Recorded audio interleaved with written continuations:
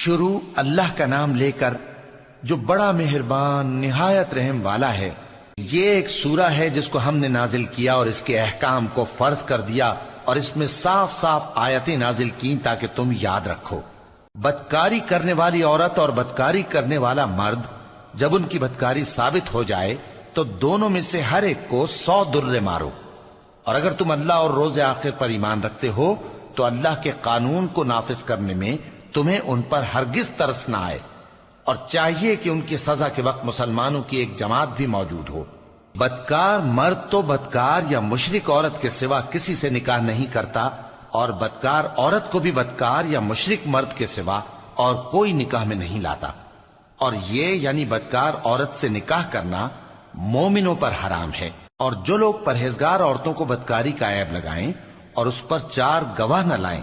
تو ان کو 80 درے مارو، اور کبھی ان کی شہادت قبول نہ کرو، اور یہی بد کردار ہیں۔ ہاں، جو اس کے بعد توبہ کر لیں اور اپنی حالت سنوار لیں تو اللہ بھی بخشنے والا ہے، مہربان ہے۔ اور جو لوگ اپنی بیویوں پر بدکاری کی تہمت لگائیں اور خود ان کے سوا اور گواہ نہ ہوں تو ہر ایک کی شہادت یہ ہے کہ پہلے تو 4 بار اللہ کی قسم کھائے کہ بے شک وہ سچا ہے، اور 5ویں بار یہ کہے کہ اگر وہ جھوٹا ہو تو اس پر اللہ کی لعنت۔ اور عورت سے سزا کو یہ بات ٹال سکتی ہے کہ وہ پہلے 4 بار اللہ کی قسم کھائے کہ بے شک یہ جھوٹا ہے، اور 5ویں دفعہ یوں کہے کہ اگر یہ سچا ہو تو مجھ پر اللہ کا غضب نازل ہو۔ اور اگر تم پر اللہ کا فضل اور اس کی مہربانی نہ ہوتی تو بہت سی خرابیاں پیدا ہو جاتی۔ اور یہ کہ اللہ توبہ قبول کرنے والا ہے، حکیم ہے۔ جن لوگوں نے یہ بہتان باندھا ہے وہ تمہیں میں سے ایک جماعت ہے، اس کو اپنے حق میں برا نہ سمجھنا، بلکہ وہ تمہارے لیے اچھا ہے۔ ان میں سے جس شخص نے گناہ کا جتنا حصہ لیا اس کے لیے اتنا وبال ہے، اور جس نے ان میں سے اس بہتان کا بڑا بوجھ اٹھایا ہے اس کو بڑا عذاب ہوگا۔ جب تم نے وہ بات سنی تھی تو مومن مردوں اور عورتوں نے کیوں اپنے دلوں میں نیک گمان نہ کیا، اور کیوں نہ کہہ دیا کہ یہ کھلم کھلا بہتان ہے؟ یہ بہتان لگانے والے اپنی بات کی تصدیق کے لیے 4 گواہ کیوں نہ لائے؟ تو جب یہ گواہ نہیں لا سکے تو اللہ کے نزدیک یہی جھوٹے ہیں۔ اور اگر دنیا اور آخرت میں تم پر اللہ کا فضل اور اس کی رحمت نہ ہوتی تو جس شغل میں تم منہمک تھے اس کی وجہ سے تم پر بڑا سخت عذاب نازل ہوتا، جب تم اپنی زبانوں سے اس کا ایک دوسرے سے ذکر کرتے تھے اور اپنے منہ سے ایسی بات کہتے تھے جس کا تم کو کچھ بھی علم نہ تھا، اور تم اسے ایک ہلکی بات سمجھتے تھے، حالانکہ اللہ کے نزدیک وہ بڑی بھاری بات تھی۔ اور جب تم نے اسے سنا تھا تو کیوں نہ کہہ دیا کہ ہمیں شایع نہیں کہ ایسی بات زبان پر لائیں؟ پروردگار تو پاک ہے، یہ تو بہت بڑا بہتان ہے۔ اللہ تمہیں نصیحت کرتا ہے کہ اگر مومن ہو تو پھر کبھی ایسا کام نہ کرنا، اور اللہ تمہارے سمجھانے کے لیے اپنی آیتیں کھول کھول کر بیان فرماتا ہے، اور اللہ جاننے والا ہے، حکمت والا ہے۔ جو لوگ اس بات کو پسند کرتے ہیں کہ مومنوں میں بے حیائی یعنی تہمت بدکاری کی خبر پھیلے، ان کو دنیا اور آخرت میں دکھ دینے والا عذاب ہوگا، اور اللہ جانتا ہے اور تم نہیں جانتے۔ اور اگر تم پر اللہ کا فضل اور اس کی رحمت نہ ہوتی تو کیا کچھ نہ ہوتا، مگر وہ کریم ہے، اور یہ کہ اللہ نہایت مہربان ہے، رحیم ہے۔ مومنوں، شیطان کے قدموں پر نہ چلنا، اور جو شخص شیطان کے قدموں پر چلے گا تو شیطان تو بے حیائی کی باتیں اور برے کام ہی بتائے گا۔ اور اگر تم پر اللہ کا فضل اور اس کی مہربانی نہ ہوتی تو ایک شخص بھی تم میں پاک نہ ہو سکتا، مگر اللہ جس کو چاہتا ہے پاک کر دیتا ہے، اور اللہ سننے والا ہے، جاننے والا ہے۔ اور جو لوگ تم میں صاحب فضل اور صاحب مال ہیں وہ اس بات کی قسم نہ کھائیں کہ رشتہ داروں اور محتاجوں اور وطن چھوڑ جانے والوں کو کچھ نہیں دیں گے، اور ان کو چاہیے کہ معاف کر دیں اور درگزر کریں۔ کیا تم پسند نہیں کرتے کہ اللہ تم کو بخش دے؟ اور اللہ تو بخشنے والا ہے،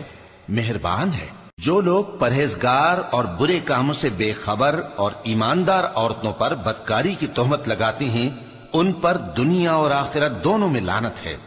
اور ان کو سخت عذاب ہوگا، یعنی قیامت کے روز جس دن ان کی زبانیں اور ہاتھ اور پاؤں سب ان کے کاموں کی گواہی دیں گے۔ اس دن اللہ ان کو ان کے اعمال کا پورا پورا اور ٹھیک ٹھیک بدلہ دے گا، اور ان کو معلوم ہو جائے گا کہ اللہ برحق اور حق کو ظاہر کرنے والا ہے۔ ناپاک عورتیں ناپاک مردوں کے لیے ہیں اور ناپاک مرد ناپاک عورتوں کے لیے، اور پاک عورتیں پاک مردوں کے لیے ہیں اور پاک مرد پاک عورتوں کے لیے۔ یہ پاک لوگ ان جھوٹوں کی باتوں سے بری ہیں اور ان کے لیے بخشش اور نیک روزی ہے۔ مومنوں، اپنے گھروں کے سوا دوسرے لوگوں کے گھروں میں گھر والوں سے اجازت لیے اور ان کو سلام کیے بغیر داخل نہ ہوا کرو، یہ تمہارے حق میں بہتر ہے، اور ہم یہ نصیحت اس لیے کرتے ہیں کہ شاید تم یاد رکھو۔ پھر اگر تم گھر میں کسی کو موجود نہ پاؤ تو جب تک تم کو اجازت نہ دی جائے اس میں مت داخل ہو، اور اگر یہ کہا جائے کہ اس وقت لوٹ جاؤ تو لوٹ جایا کرو، یہ تمہارے لیے بڑی پاکیزگی کی بات ہے، اور جو کام تم کرتے ہو اللہ سب جانتا ہے۔ ہاں، اگر تم کسی ایسے مکان میں جاؤ جس میں کوئی نہ بستا ہو اور اس میں تمہارا اسباب رکھا ہو تو تم پر کچھ گناہ نہیں، اور جو کچھ تم ظاہر کرتے ہو اور جو پوشیدہ کرتے ہو اللہ کو سب معلوم ہے۔ مومن مردوں سے کہہ دو کہ اپنی نظریں نیچی رکھا کریں اور اپنی شرمگاہوں کی حفاظت کیا کریں، یہ ان کے لیے بڑی پاکیزگی کی بات ہے، اور جو کام یہ کرتے ہیں اللہ ان سے خبردار ہے۔ اور مومن عورتوں سے کہہ دو کہ وہ بھی اپنی نگاہیں نیچی رکھا کریں اور اپنی شرمگاہوں کی حفاظت کیا کریں، اور اپنی آرائش یعنی زیور کے مقامات کو ظاہر نہ ہونے دیا کریں مگر جو اس میں سے کھلا رہتا ہو، اور اپنے سینوں پر اوڑھنیاں اوڑھے رہا کریں، اور اپنے خاوند اور باپ اور خسر اور بیٹوں اور خاوند کے بیٹوں اور بھائیوں اور بھتیجوں اور بھانجوں اور اپنی جیسی مومن عورتوں اور لونڈی غلاموں کے سوا نیز ان خدام کے جو عورتوں کی خواہش نہ رکھیں، یا ایسے لڑکوں کے جو عورتوں کے پردے کی چیزوں سے واقف نہ ہوں۔ غرض ان لوگوں کے سوا کسی پر اپنی زینت اور سنگھار کے مقامات کو ظاہر نہ ہونے دیں، اور اپنے پاؤں ایسے طور سے زمین پر نہ مارے کہ جھنکار کانوں میں پہنچے اور ان کا پوشیدہ زیور معلوم ہو جائے۔ اور مومنوں، سب اللہ کے آگے توبہ کرو تاکہ فلاح پاؤ، اور اپنی قوم کی بیوہ عورتوں کے نکاح کر دیا کرو، اور اپنے غلاموں اور لونڈیوں کے بھی جو نیک ہوں نکاح کر دیا کرو۔ اگر وہ مفلس ہوں گے تو اللہ ان کو اپنے فضل سے غنی کر دے گا، اور اللہ بہت وسعت والا ہے، سب کچھ جاننے والا ہے۔ اور جن کو بیاہ کا مقدور نہ ہو وہ پاک دامنی کو اختیار کیے رہیں یہاں تک کہ اللہ ان کو اپنے فضل سے غنی کر دے۔ اور جو غلام تم سے مکاتبت یعنی مال دے کر پروانہ آزادی کی تحریر چاہیں، اگر تم ان میں صلاحیت اور نیکی پاؤ تو ان سے مکاتبت کر لو، اور اللہ نے جو مال تم کو بخشا ہے اس میں سے ان کو بھی دو۔ اور اپنی باندیوں کو اگر وہ پاک دامن رہنا چاہیں تو دنیاوی زندگی کے فوائد حاصل کرنے کے لیے بدکاری پر مجبور نہ کرنا، اور جو ان کو مجبور کرے گا تو ان بیچاریوں کے مجبور کیے جانے کے بعد اللہ بخشنے والا ہے، مہربان ہے۔ اور ہم نے تمہاری طرف روشن آیتیں نازل کی ہیں، اور جو لوگ تم سے پہلے گزر چکے ہیں ان کی خبریں اور پرہیزگاروں کے لیے نصیحت۔ اللہ آسمانوں اور زمین کا نور ہے، اس کے نور کی مثال ایسی ہے کہ گویا ایک طاق ہے جس میں ایک چراغ ہے، اور چراغ ایک قندیل میں ہے، اور قندیل ایسی صاف شفاف ہے کہ گویا موتی کا سا چمکتا ہوا تارا ہے۔ اس میں ایک مبارک درخت کا تیل جلایا جاتا ہے یعنی زیتون کا، کہ نہ مشرق کی طرف ہے نہ مغرب کی طرف۔ ایسا معلوم ہوتا ہے کہ اس کا تیل خواہ آگ اسے نہ بھی چھوئے جلنے کو تیار ہے، بڑی روشنی پر روشنی ہو رہی ہے۔ اللہ اپنے نور سے جس کو چاہتا ہے سیدھی راہ دکھاتا ہے، اور اللہ جو مثالیں بیان فرماتا ہے تو لوگوں کے سمجھانے کے لیے، اور اللہ ہر چیز سے واقف ہے۔ وہ قندیل ان گھروں میں ہے جن کے بارے میں اللہ نے ارشاد فرمایا ہے کہ بلند کیے جائیں اور وہاں اللہ کے نام کا ذکر کیا جائے، اور ان میں صبح و شام اس کی تسبیح کرتے ہیں۔ ایسے لوگ جن کو اللہ کے ذکر اور نماز پڑھنے اور زکوٰۃ دینے سے نہ سوداگری غافل کرتی ہے نہ خرید و فروخت، وہ اس دن سے جب دل خوف اور گھبراہٹ کے سبب الٹ جائیں گے اور آنکھیں اوپر چڑھ جائیں گی ڈرتے ہیں، تاکہ اللہ ان کو ان کے اعمال کا بہت اچھا بدلہ دے اور اپنے فضل سے زیادہ بھی عطا فرمائے۔ اور اللہ جس کو چاہتا ہے بے حساب رزق دیتا ہے۔ اور جن لوگوں نے کفر کیا ان کے اعمال کی مثال ایسی ہے جیسے میدان میں ریت کہ پیاسا اسے پانی سمجھے، یہاں تک کہ جب اس کے پاس آئے تو اسے کچھ بھی نہ پائے اور اللہ ہی کو اپنے پاس دیکھے تو وہ اسے اس کا حساب پورا پورا چکا دے، اور اللہ جلد حساب کرنے والا ہے۔ یا ان کے اعمال کی مثال ایسی ہے جیسے گہرے سمندر میں اندھیرے جس پر لہر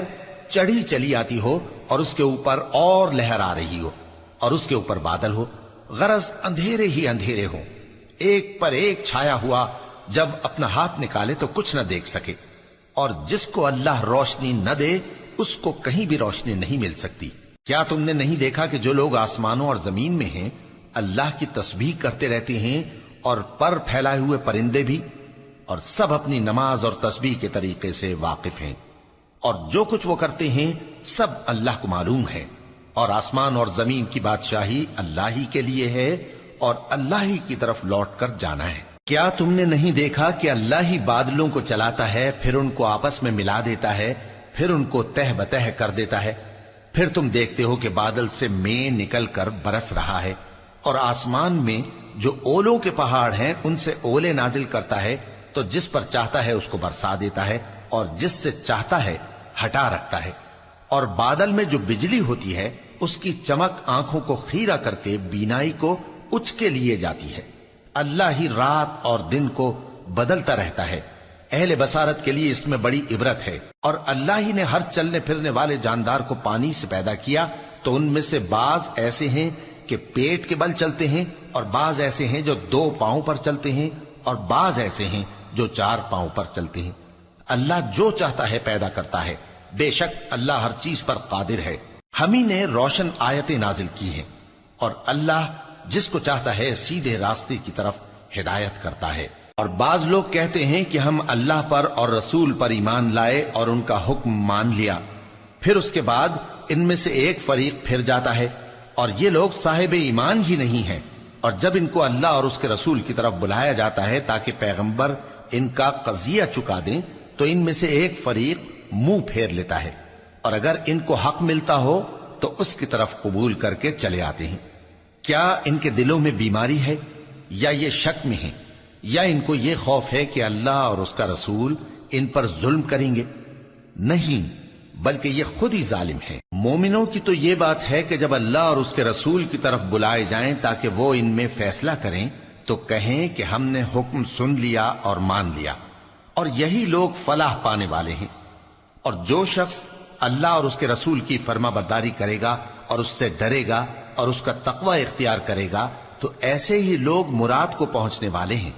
اور یہ اللہ کی سخت سخت قسمیں کھاتے ہیں کہ اگر تم ان کو حکم دو تو سب گھروں سے نکل کھڑے ہوں۔ کہہ دو کہ قسمیں مت کھاؤ، پسندیدہ فرما برداری درکار ہے، بے شک اللہ تمہارے سب اعمال سے خبردار ہے۔ کہہ دو کہ اللہ کی فرما برداری کرو اور رسول کے حکم پر چلو، اگر منہ موڑو گے تو رسول پر اس چیز کا ادا کرنا ہے جو ان کے ذمے ہے، اور تم پر اس چیز کا ادا کرنا ہے جو تمہارے ذمے ہے۔ اور اگر تم ان کے فرمان پر چلو گے تو سیدھا رستہ پالو گے، اور رسول کے ذمے تو صاف صاف پہنچا دینا ہے۔ جو لوگ تم میں سے ایمان لائے اور نیک کام کرتے رہے ان سے اللہ کا وعدہ ہے کہ ان کو ملک کا حاکم بنا دے گا، جیسا ان سے پہلے لوگوں کو حاکم بنایا تھا، اور ان کے دین کو جسے اس نے ان کے لیے پسند کیا ہے مستحکم و پائیدار کرے گا، اور خوف کے بعد ان کو امن بخشے گا۔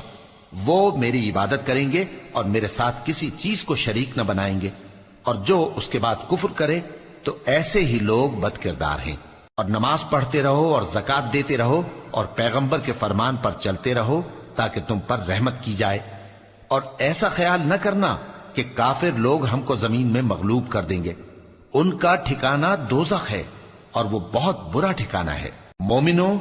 تمہارے باندی غلام اور جو بچے تم میں سے بلوغ کو نہیں پہنچے 3 دفعہ یعنی 3 اوقات میں تم سے اجازت لیا کریں،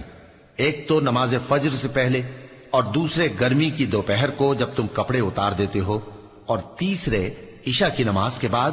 یہ 3 وقت تمہارے پردے کے ہیں، ان کے آگے پیچھے یعنی دوسرے وقتوں میں نہ تم پر کچھ گناہ ہے اور نہ ان پر، کہ کام کاج کے لیے ایک دوسرے کے پاس آتے رہتے ہو۔ اس طرح اللہ اپنی آیتیں کھول کھول کر بیان فرماتا ہے، اور اللہ بڑا علم والا ہے، بڑا حکمت والا ہے۔ اور جب تمہارے لڑکے بالغ ہو جائیں تو ان کو بھی اسی طرح اجازت لینی چاہیے جس طرح ان سے اگلے یعنی بڑے آدمی اجازت حاصل کرتے رہے ہیں۔ اس طرح اللہ تم سے اپنی آیتیں کھول کھول کر بیان فرماتا ہے، اور اللہ جاننے والا ہے، حکمت والا ہے۔ اور بڑی عمر کی عورتیں جن کو نکاح کی توقع نہیں رہی اور وہ زائد کپڑے اتار کر سر ننگا کر لیا کریں تو ان پر کچھ گناہ نہیں، بشرطے کہ اپنی زینت کی چیزیں نہ ظاہر کریں، اور اگر اس سے بھی بچیں تو یہ ان کے حق میں بہتر ہے، اور اللہ سنتا ہے، جانتا ہے۔ نہ تو اندھے پر کچھ گناہ ہے، اور نہ لنگڑے پر، اور نہ بیمار پر، اور نہ خود تم پر کہ اپنے گھروں سے کھانا کھاؤ، یا اپنے باپ دادا کے گھروں سے، یا اپنی ماؤں کے گھروں سے، یا بھائیوں کے گھروں سے، یا اپنی بہنوں کے گھروں سے، یا اپنے چچاؤں کے گھروں سے، یا اپنی پھوپھیوں کے گھروں سے، یا اپنے ماموؤں کے گھروں سے، یا اپنی خالاؤں کے گھروں سے، یا اس گھر سے جس کی کنجیاں تمہارے ہاتھ میں ہوں، یا اپنے دوستوں کے گھروں سے۔ اور اس کا بھی تم پر کچھ گناہ نہیں کہ سب مل کر کھانا کھاؤ یا جدا جدا۔ پھر جب گھروں میں جایا کرو تو اپنے گھر والوں کو سلام کیا کرو، یہ اللہ کی طرف سے مبارک اور پاکیزہ تحفہ ہے۔ اس طرح اللہ اپنی آیتیں کھول کھول کر بیان فرماتا ہے تاکہ تم سمجھو۔ مومن تو وہ ہیں جو اللہ پر اور اس کے رسول پر ایمان لائے، اور جب کبھی ایسے کام کے لیے جو جمع ہو کر کرنے کا ہو پیغمبر کے پاس جمع ہوں تو ان سے اجازت لیے بغیر چلے نہیں جاتے۔ اے پیغمبر، جو لوگ تم سے اجازت حاصل کرتے ہیں وہی اللہ پر اور اس کے رسول پر ایمان رکھتے ہیں۔ سو جب یہ لوگ تم سے کسی کام کے لیے اجازت مانگا کریں تو ان میں سے جسے چاہا کرو اجازت دے دیا کرو، اور ان کے لیے اللہ سے بخشش مانگا کرو، کچھ شک نہیں کہ اللہ بخشنے والا ہے، مہربان ہے۔ مومنو، پیغمبر کے پکارنے کو ایسا خیال نہ کرنا جیسا تم آپس میں ایک دوسرے کو پکارتے ہو، بے شک اللہ کو وہ لوگ معلوم ہیں جو تم میں سے آنکھ بچا کر کھسک جاتے ہیں۔ تو جو لوگ ان کے حکم کی مخالفت کرتے ہیں ان کو ڈرنا چاہیے کہ ایسا نہ ہو کہ ان پر کوئی آفت پڑ جائے یا تکلیف دینے والا عذاب نازل ہو۔ دیکھو، جو کچھ آسمانوں اور زمین میں ہے سب اللہ ہی کا ہے، جس طریق پر تم ہو وہ اسے جانتا ہے، اور جس روز لوگ اس کی طرف لوٹائے جائیں گے تو جو عمل وہ کرتے رہے وہ ان کو بتا دے گا، اور اللہ ہر چیز سے واقف ہے۔